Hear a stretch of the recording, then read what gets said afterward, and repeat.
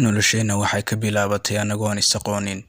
Waxaan ku dhalanay meelo kala fog, weligeen ismaan arkin balse awoodda Allah ayaa dunida nagu kulansiisay. Aragtideeda way ku faraxday, anigana sidoo kale aad baan ugu farxay aragtideeda. Ka helitaan iyo jacayl fara badan kadib waxaan go'aan ku gaarnay inaan isguursano oo aan mid noqono, yacni ku midownaa nolosha. Haddaba waxaa muhiim ah in noloshaas dhabta ah aan garanno micnaheeda. Waxaa imaan kara guurka kadib. Waxaan u baahanahay inuusan fashilmin guurkeena iyo ballanta aan Allah la galnay oo ah inaan isu baari noqonnaa. Guurka maalinka uu dhacayo dhammaan dadku way faraxsan yihiin, balse aniga waan murugsanahay waayo waxaa lay saaray mas'uuliyad aad u weyn oo ah qof aniga nafsadeeda oo kale leh inaan u ahay adeega, yacni shaqaale.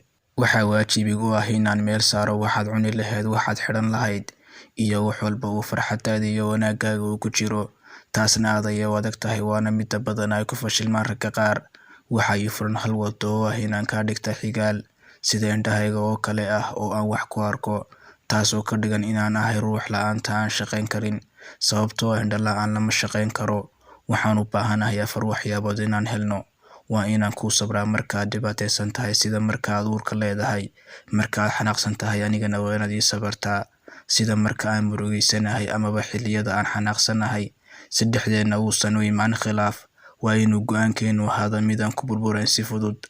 Go'aankeenu wuxuu noqon doonaa waa inaan kala tegin ilaa geerida, yacni dhimashada ina kala fogeysa mooye. Waa inaan isu naxariisanaa si Allah uu inoogu naxariisto, khaasatan markaad xanuunsan tahay. Sidoo kale markaan labadeenuba xaalad adag ku jirno, waa inaan isdareensiinaa naxariis, taasoo ka dhigan jacayl aad u weyn inaan isku qabno. Waa inaan xalinaa wax walba oo xumaan ah oo dhexdeena amaba family-geena soo gala si wadajir ahaan caqli ku dheehan yahay, si aan u ilaashano mustaqbal ifaya. Waxaa maalinka guurkeena ku ballan qaadaya inaan ku noqon doono qayb jirkaaga ka mid ah oo aanan ka maarmin, adigana aadan ka maarmi karin. Nolosheena waxaa muhiim inoo ah farxad iyo inaan isku qanacsanahay. Waxa kale oo muhiim inoo ah waalidkeena dhalay intaana soo leekaysiiyey. Waa inaan ku dadaalnaa farxadooda oo daqiiqad walbana aan u ahaana baari, si inakana aan u helno caruur baari ah. Waalidkay waa sida waalidka oo kale. Waalidka waa inaan u noqonnaa sida diinta Islaamka ayna fartay. Waana hubaa inaan kasoo bixi doono oo aanan dayici doonin insha Allah. Dhabtii hadafkaad nolosha ka leedahay waan kuu garab istaagaa si aad u soo taabato. Sidoo kale waa inaan gacmaha isqabsanaa si aan u jabino derbiga ku xeendaaban, yacni naga hortaagan waddada mustaqbalkeena.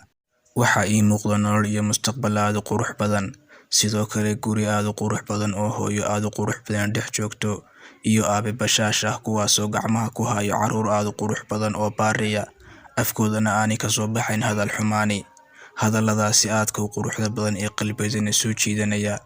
Waxaa lahaa sidoo kale qoray Khalid Yaasir oo ah nin Caraba. Ninkaasoo hadalladani qoray arooskiisa maalin ka hor.